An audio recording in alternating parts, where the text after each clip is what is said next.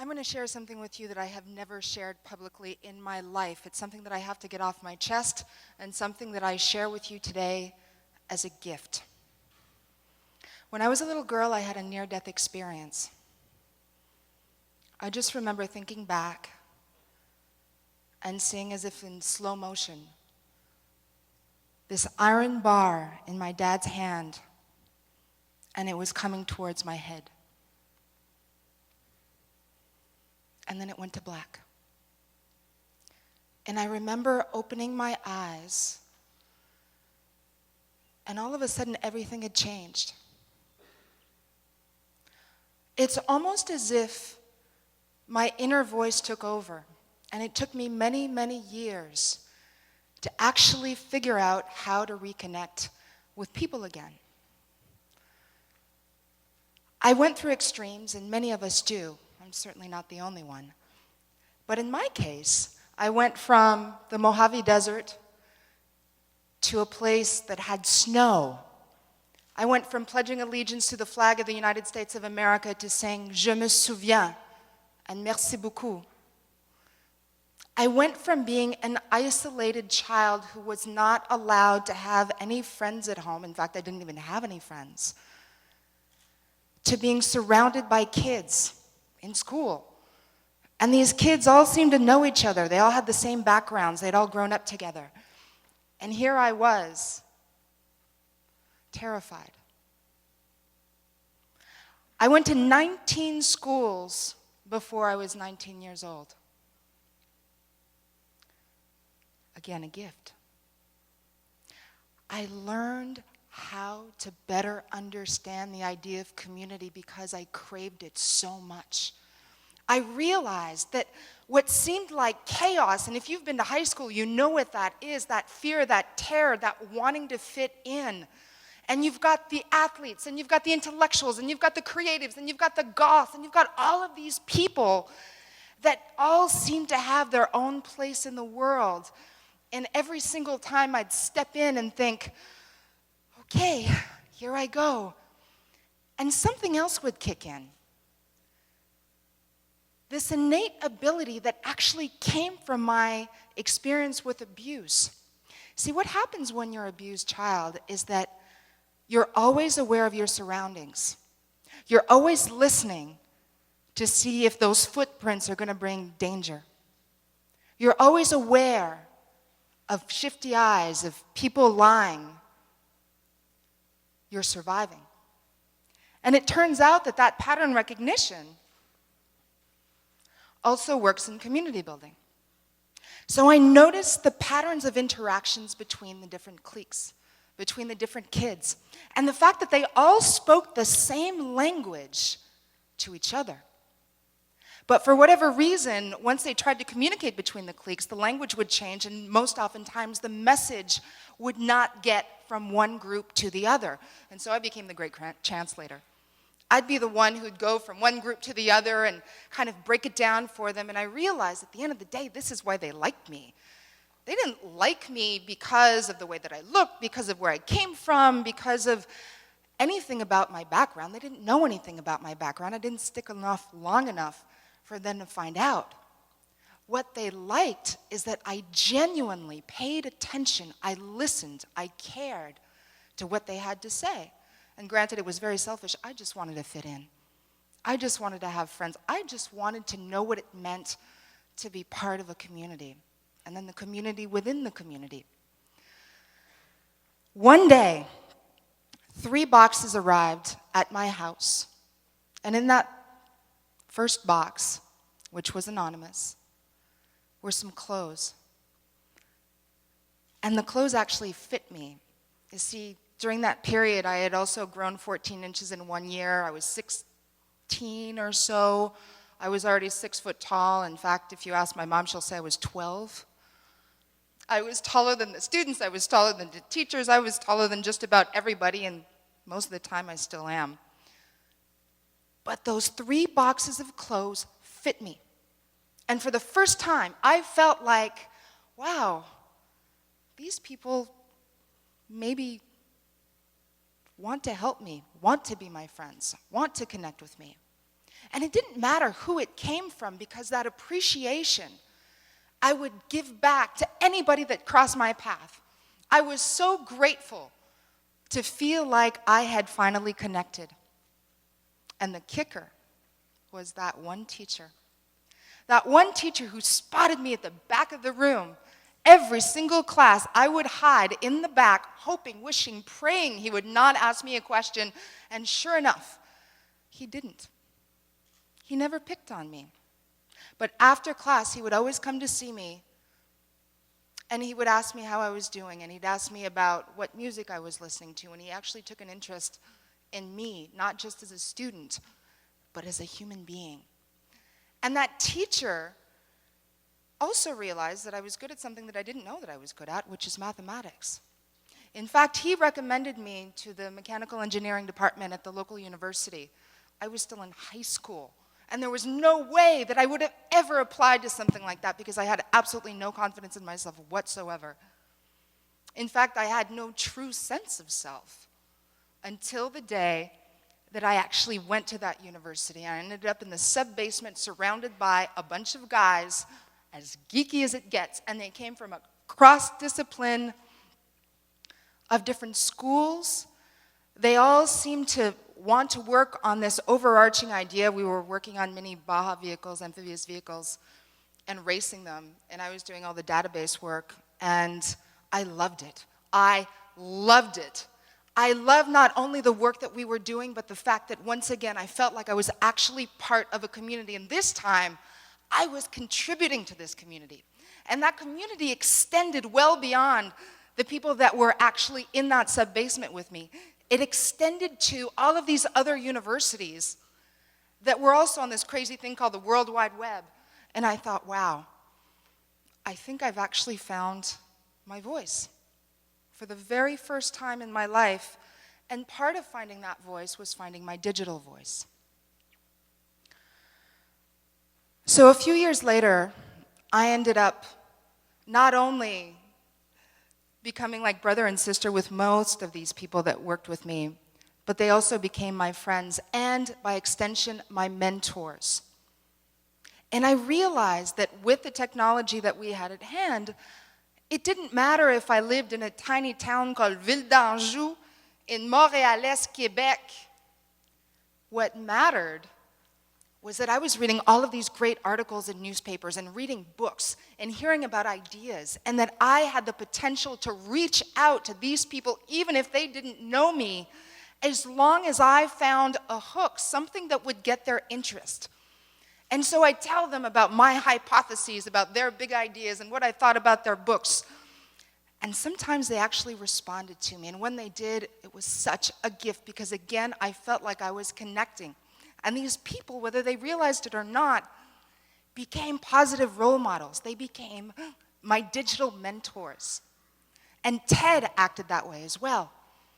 Here I was helping to produce this conference that everybody was talking about, all because one man, the founder, Richard Saul Warman, had been introduced to me through that same group of people, and next thing you know, I'm standing amongst luminaries. Now, granted, I'm not presenting, I'm just helping with the technical stuff on the back end.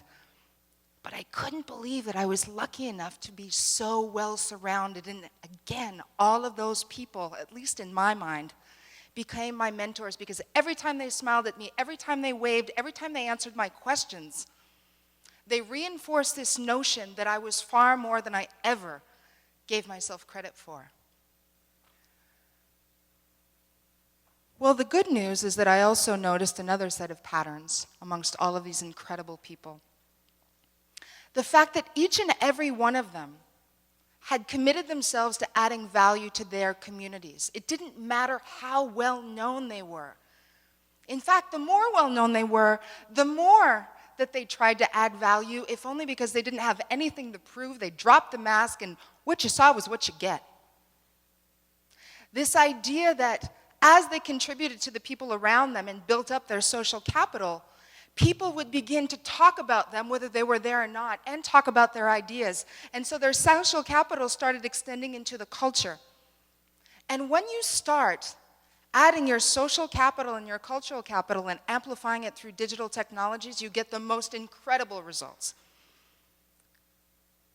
Now, brands and companies know this. They've been investing very, very heavily in this thing called social engagement. Social engagement is when you use multiple channels of distribution to reach multiple audiences on the internet. And so most people will think of Facebook, Twitter, LinkedIn. Well, if you look at this particular study, this was done 2 years ago, and essentially it went through the top companies in the United States and correlated their social engagement, i.e. the number of channels that they reached out to their audiences, with their return on investment. And I'll show you those numbers in a moment. The companies that actually did connect with their multiple audiences, and not just in a one-way fashion, but a two-way fashion, where they actually started co-creating products together, co-creating what the brand meant together. These are the companies that did the best on a financial level. And think back, we're talking in the last 2 years, some of the most difficult economic climate that you could possibly imagine.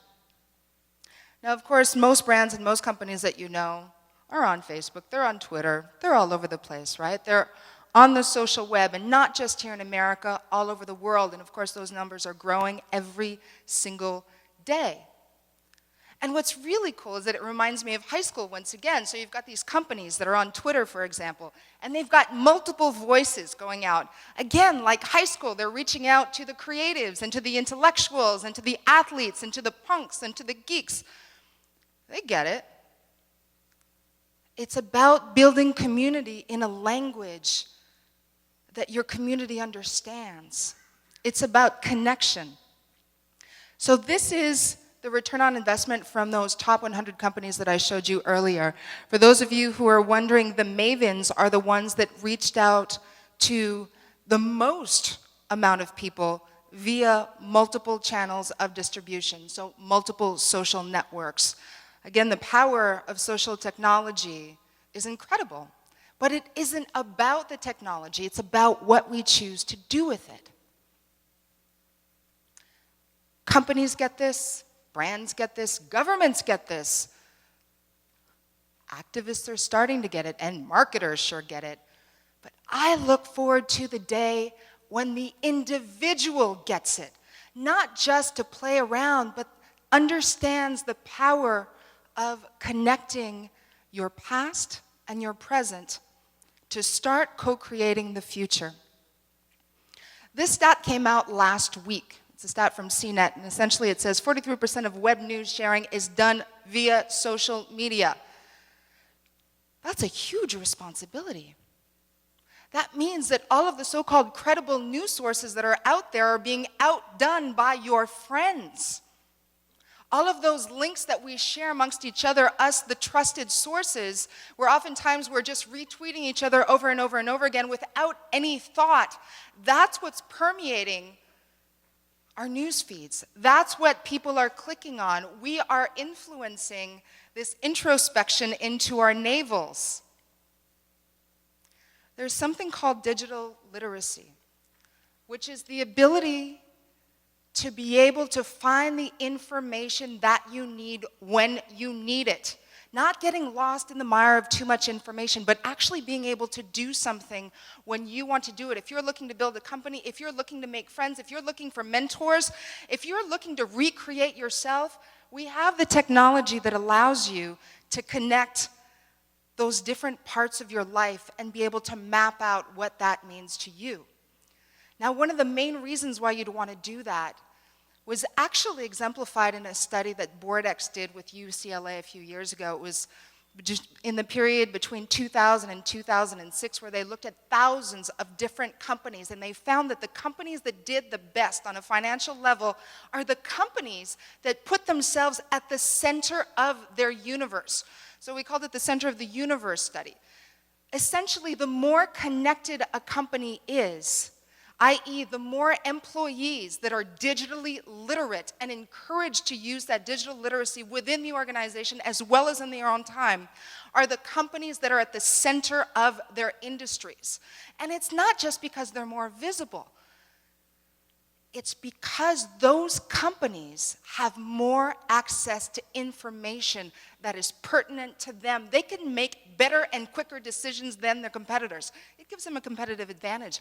And it's exactly the same thing that happens when you do it as an individual. When you start connecting the dots of your resources. Now, there was another study. This one was done by Harvard Business Review, and it demonstrated what you might have thought. Again, the best leaders demonstrate vision, of course. But they also demonstrate influence, empathy, attunement, as well as a desire to help others, a desire to empower others. That sounds awfully like what you would hear a social media maven saying. Yeah, let's empower each other.